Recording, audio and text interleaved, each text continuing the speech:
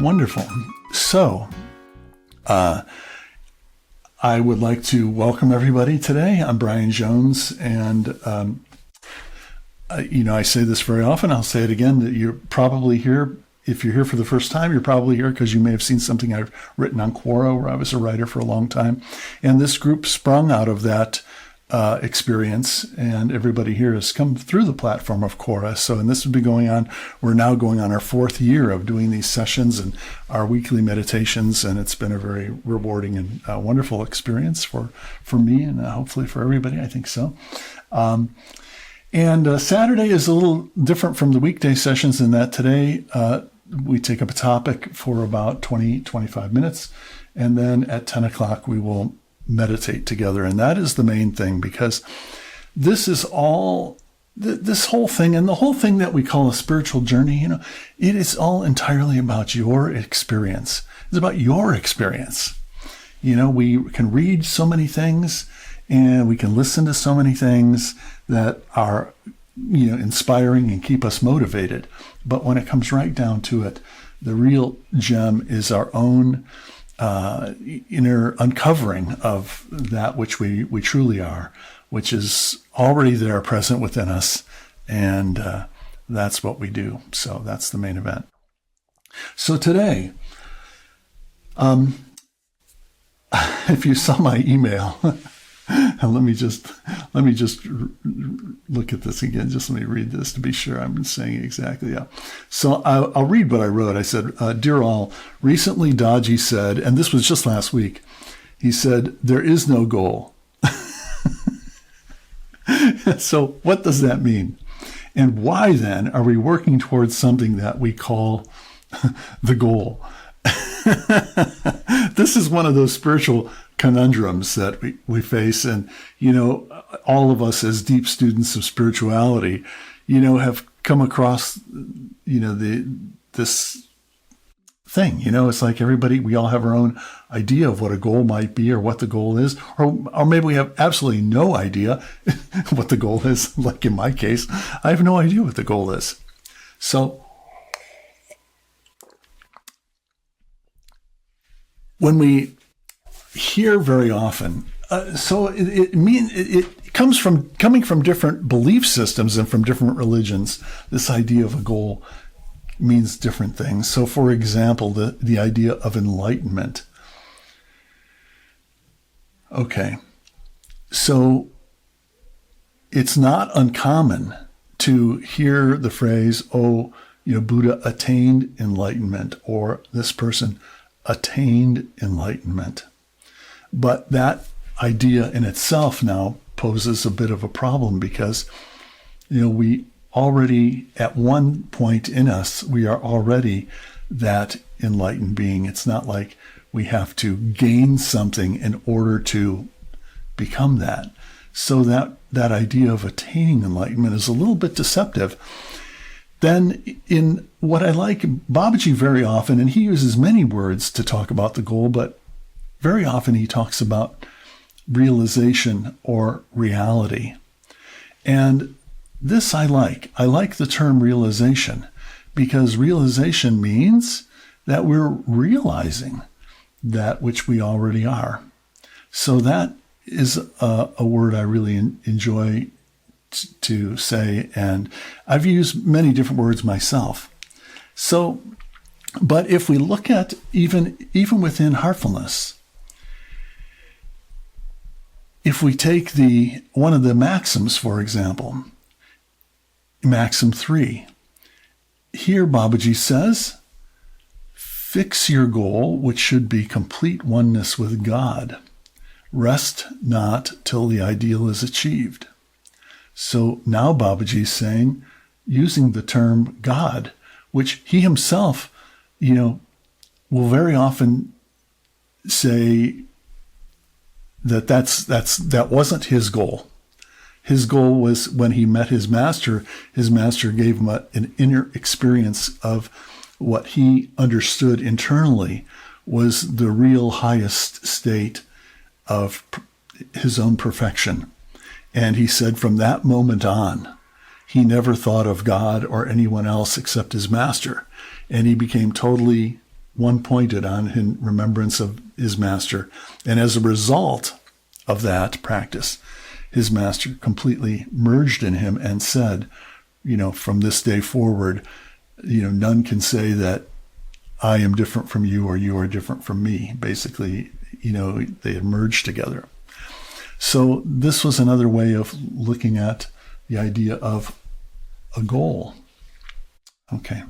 Now, then we have the conundrum where Lalaji himself says, Guru is fantasy. So now we think to take all these things into consideration.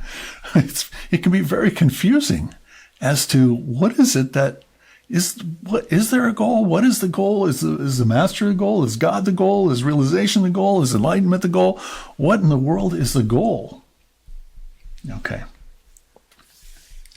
So today I'll, as I usually do, share a few things from things that I've experienced and what I've come to understand through the practice of heartfulness and through my many decades of association with the masters of heartfulness, who I was very fortunate, as you've heard me all say, to have met and spent time with 3 of the 4 of those masters.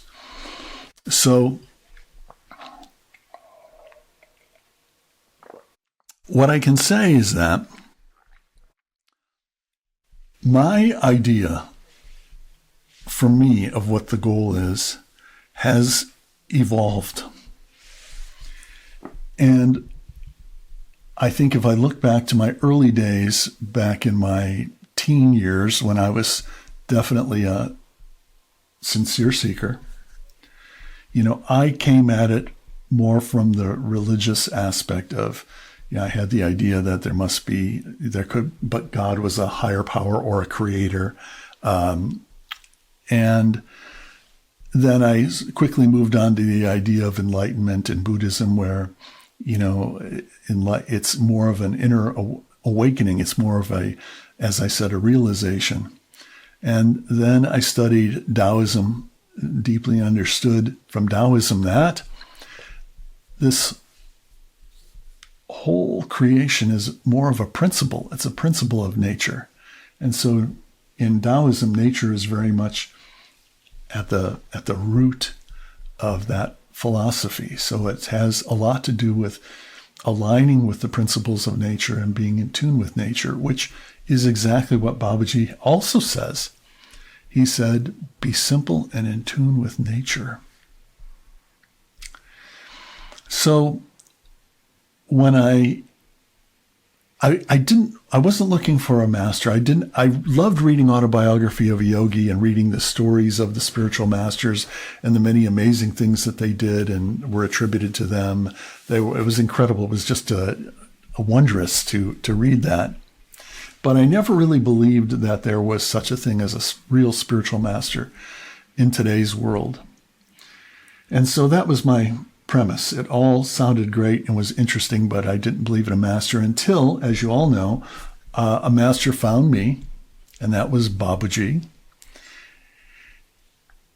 And that began a lengthy transition of everything that I ever thought about myself, everything that I ever thought about the universe, everything that I ever thought about God, everything that I ever thought about what a spiritual master might be. I was also brought up in the Christian tradition. So, I studied Christian mysticism and the life of Jesus and so many things. So when I started this practice, I didn't, unlike some of the early people from the U.S. who had a chance to go and meet Babaji in India, they traveled there, and they were really real adventurers, these folks, good friends of mine. I did not have that, the ability to do that. So my connection with Babaji that started to develop was entirely internal. It was an internal connection. And I had a preceptor here in Cleveland. Her name was Grace Kimball. And she introduced me. And then her daughter was also a trainer. They were the first Western trainers in all of North America. And so I would go to their house and have sittings with either Grace or her daughter, Kimball. And what began happening is that I started having a sense of an inner connection with something.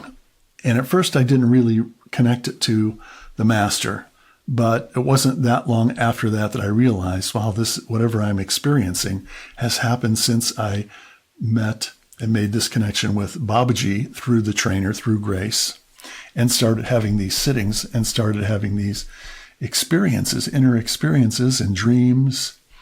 And that started opening my eyes to, oh, how is that possible?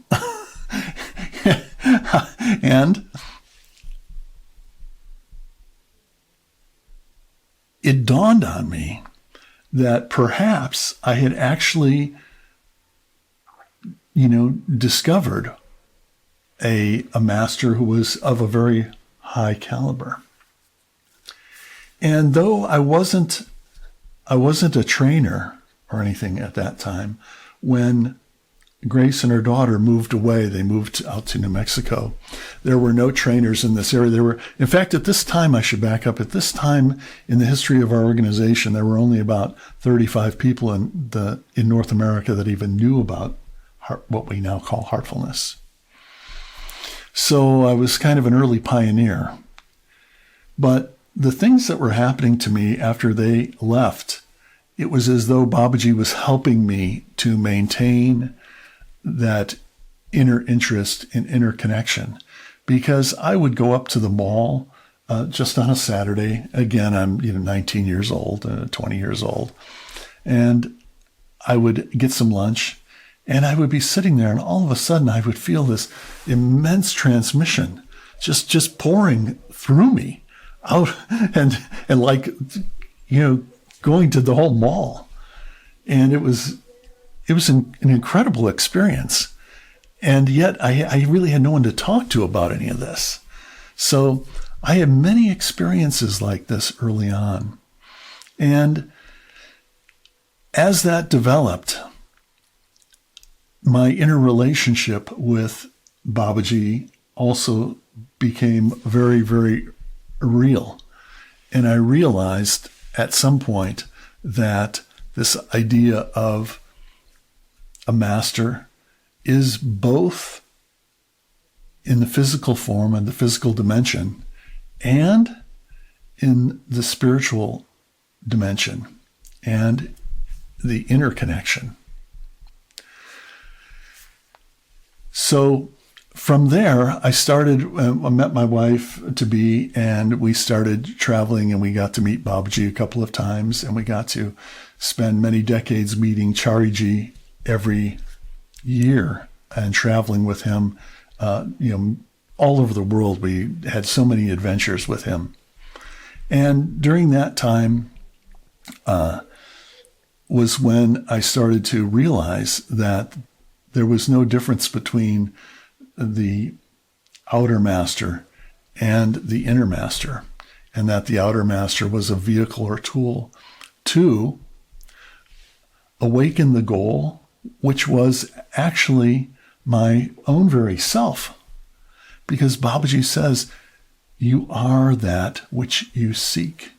You are that which you seek. But the trick is it's very difficult to seek that within ourself, because how can we know that which we are when the only perception of ourselves comes through our senses and our thoughts? So how can we truly know that I within? It's very difficult. And this is the reason why having a spiritual guide or master is so important and so useful for us. So I I didn't accept, and I'm kind of jumping around a little bit, but it's all for a reason. I didn't accept Chariji when Babaji passed away and he became the successor. I really couldn't warm up to him because Chariji wasn't like Babaji. Babaji was the quintessential spiritual master, very small and frail, and his eyes looked so divine, and he just radiated this divinity. And Chariji was very big, very tall, taller than me, and had a very bold personality, was quite outspoken, and he was so very different from Babaji that it was hard for me to make that transition.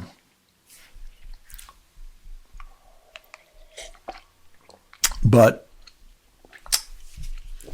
in 1980, that must have been 87, 88, something like that, Chariji had come here to this country again. And at that time, I knew in myself, I realized that if I don't make this transition from Babaji to Chariji in my mind, that my spiritual progress would likely stagnate because I couldn't keep clinging to the old. I had to accept that, and this is a key thing, I had to accept that the inner master, the divinity within, was the exact same divinity in Babaji as it was now in Chariji. I had to make that transition and realization. So I set aside a time to meet with Chariji when he came here, and this was held at a Boy Scout camp south of Atlanta. And they called me in one day and said, Chariji is willing to, is able to see you now. And I go back into this office, which was just a room in the back of a cabin of this interesting scenario. And I sat down and I told him, I said, I got to tell you, I'm afraid of you. And he laughed a soft laugh and said, oh, he said, I'm a sheep in wolf's clothing, he said. And that kind of broke the ice, and then we just talked a little bit here and there about a few simple things. And then he said to me, tomorrow morning, he said, sit down in front for the meditation. So next day came and I sit down in front for the meditation, and Chariji arrives at the tent and sits down and says, please begin meditation. And immediately, I felt like I was sort of lifted up into another realm. And it was like, I don't want to say the sky as an example, but something opened up. And all of a sudden, it was as though the floodgates opened and all of the love of the universe was pouring on me in torrents. I mean, so much so that my heart could barely even take it. It was so much infinite love was just pouring into me. And that's when I realized, okay, you are my master. It was Chariji was actually my spiritual master. Okay. So at that point, I became very laser focused on Chari. And whenever I was with him, and even when I wasn't with him, when I was with him, I was always aligning myself to try and see what he was doing, to feel what he was feeling, to perceive what his inner state was. I was always aligning myself inside for that. I was trying to, just put myself in his place. And that went on and on for many, many, many, many years. And I had, as a result of that, I've had many spiritual experiences and things. And experiences are necessary in the beginning, because if we don't experience anything, it means we're really not moving from where we are. So we have to create a dynamic attitude, a dynamic sense of longing or sense of interest in whatever it is we're perceiving as our goal. Okay? We have to take an interest in that. And that interest is the thing that sort of kindles the flame. And that's when we start to really move through different stages of consciousness as we begin shedding our ideas of who we are. And for me, when I became more laser focused on the master, I discovered that I was able to I wasn't able to do anything. What I noticed was that just things were falling off at a very rapid pace because I had stopped obsessing about myself, my journey, my goal, my destination, my path, and instead I was just aligning myself to the master and the master's inner condition. So that put my spiritual journey in a whole other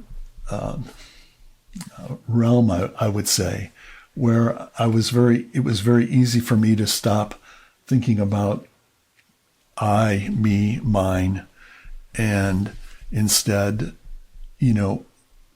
focus on the master, who is the embodiment of the goal. Now,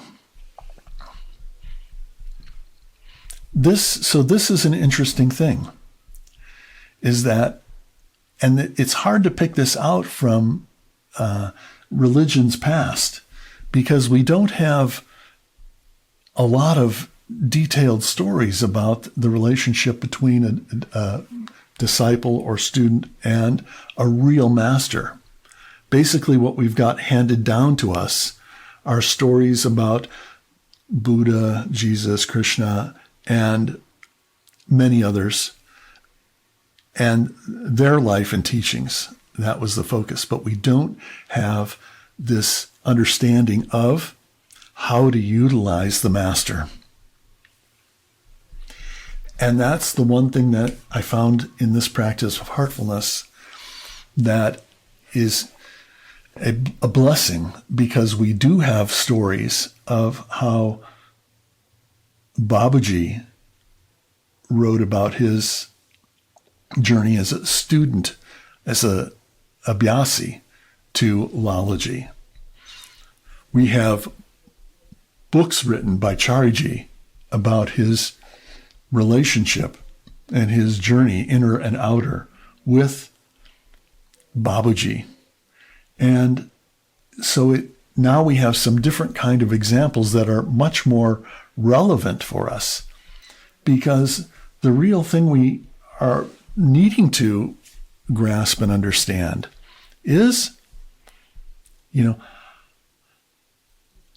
if we are that which we seek,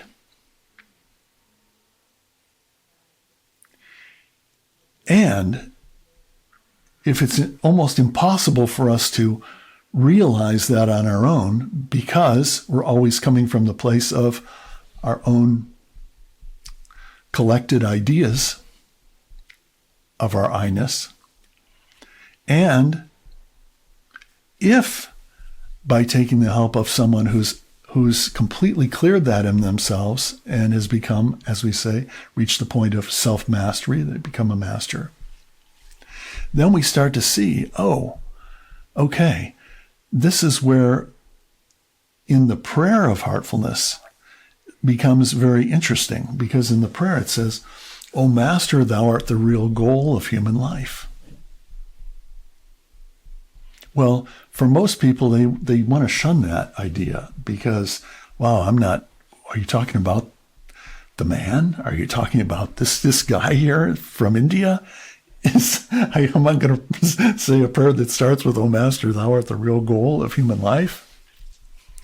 This is when we have to start to piece all of this together, because no real master will come out and say, "I am the master and I am going to take you to the goal of human life." Okay, no real master will say that.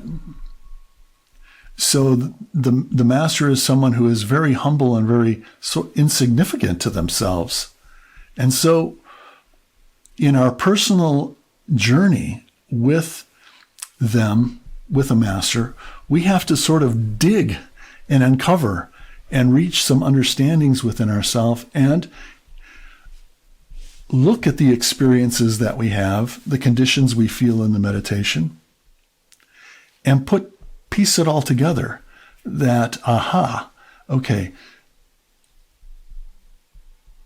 the person that appears as dodgy, let's say, and that awakening that I'm feeling inside of my own self, that all of that, there's no difference between that. That this is why it says, "O Master, thou art the real goal of human life." Who, when you say that internally, who can you possibly be saying it to? You can only be saying it to that which is the master in you, because you're saying it inside your head. And so this is the conundrum of the goal, is that the goal is within us. We are the goal, but we need the help of a guide to uncover that for us. And this is the beauty of the heartfulness practice. And this is why Babaji was able to come up with this idea, or Lalaji was able to come up with this idea of taking people who are just average people and enabling them to be trainers and enabling this work to continue on. Because this is the path of self-mastery. And what Babaji said is, I make masters, not disciples. I make masters, not disciples. So here he says, I'm not making followers. Master doesn't need any followers. Master is here to be of service to humanity. So Babaji very plainly says, he doesn't say, I am the maker of the masters and all this. But he says it in a very plain way. I make masters, not disciples. So he has the capability of bringing the fullness of that awareness, our real self, for each and every one of us to attain that state of self-mastery. So when we think about our goal, I think it's that which we embrace with a feeling of immense love and gratitude. And it's the very fact that we embrace that higher thing we hold within, whether it's a person, whether it's whatever, okay, with love and gratitude, that we solve our own problem. And that is that we are love. And so this master-student relationship is one that evokes us to feel deeply immense love and gratitude, which is the thing that sparks us. It is the catalyst that breaks down the last barriers of our I-ness, so that ultimately we become that which we are, which is love.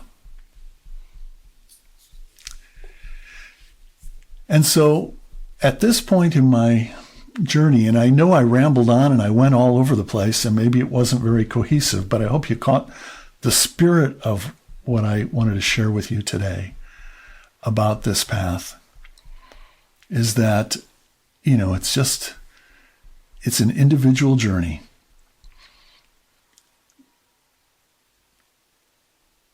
The method itself is very simple. The master makes masters. Not that we become a master, but we reach a level of what we call self-mastery.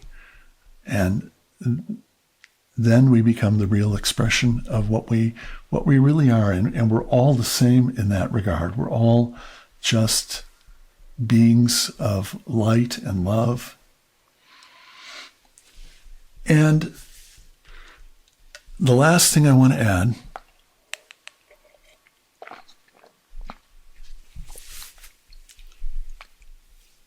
when we talk about a journey, and let's say I want to drive from here, and my goal, okay, my goal is to drive to Columbus today, which is about 2.5 hours south of here.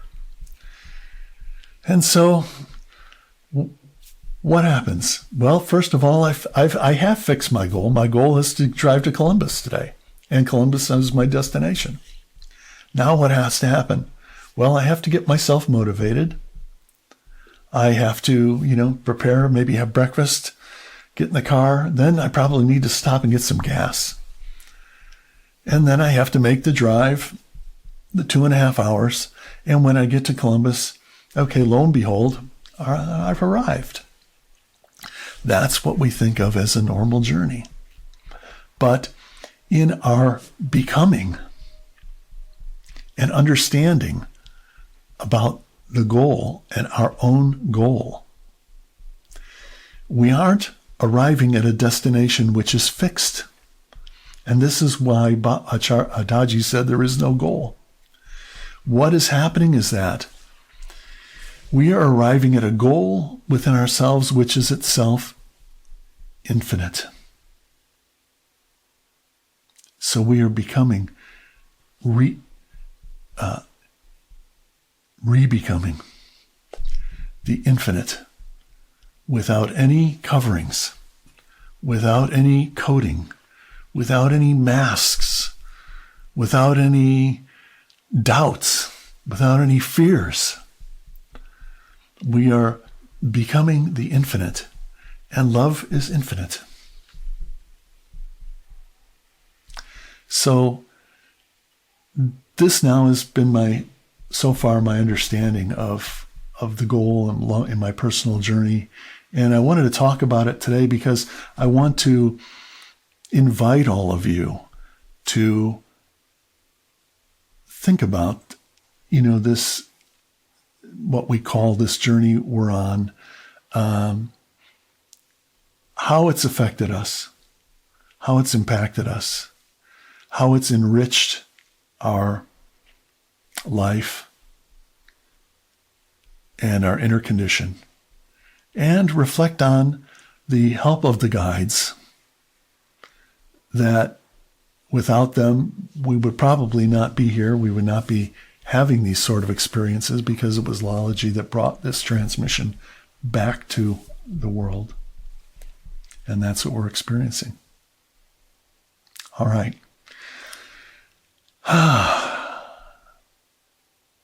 That was a stream of thought right there. A stream of heart.